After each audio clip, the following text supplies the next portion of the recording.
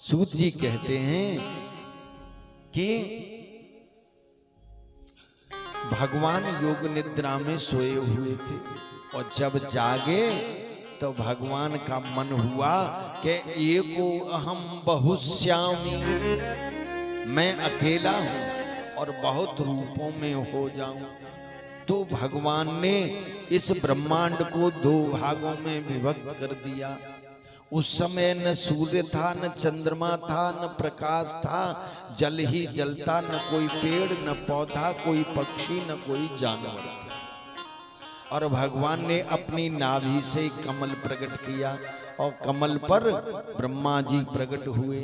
ब्रह्मा जी लाखों वर्षों तक तप करते रहे और ये ढूंढते रहे कि मैं कौन हूं। तब भगवान की आकाशवाणी हुई कि तुम सृष्टि करो। भगवान का आदेश पाकर 1,58,85,85,247 वर्ष पहले ब्रह्मा जी ने पहली सृष्टि की, जिसमें सनक, सनंदन, सनातन और सनत कुमार प्रकट किए। उनसे कहा तुम सृष्टि करो, लेकिन वे भगवान का भजन करने चले गए।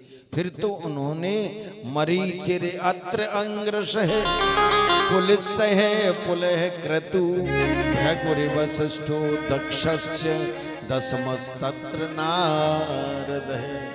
फिर तो उन्होंने मरीचि, अत्र, अंगरा, पुलह, पुलिस्त, क्रतु, भृगु, वशिष्ठ, दक्ष और नारद 10 पुत्रों को पैदा किया और उनसे कहा तुम सृष्टि करके मेरा सहयोग करो। उनके साथ उनकी छाया से और एक कर्दम नाम के ऋषि पैदा हुए।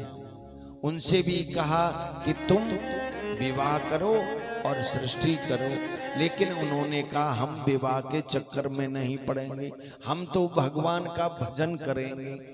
तो पिता ब्रह्मा ने कहा बेटा ऐसे नहीं, हमने 4 आश्रम बनाए हैं।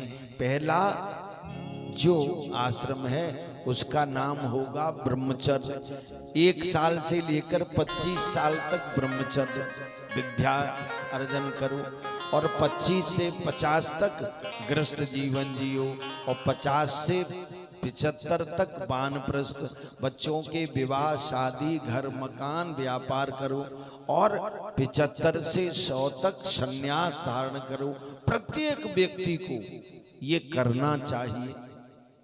आज तो आयु घट गई है, 60 वर्ष पे ही इस्तीफा दे देना चाहिए और संन्यास ले लेना चाहिए। इसीलिए सरकार आपको 60 वर्ष पे रिटायर कर देती है कि अब तुलसी माला लेकर और गले में गौमुखी डालकर केवल और भगवान का भजन करो। तो लेकिन उन्होंने पिता की बात नहीं मानी और पिता की बात नहीं मानी। पिता बहुत समझा रहे हैं, लेकिन वो क्या कहने लगे, हमें है प्रेम ईश्वर से जगत रूठे तो रूठने दे। हमें प्रेम ईश्वर से जगत रूठे तो रूठने दे। हमें प्रेम ईश्वर से जगत रूठे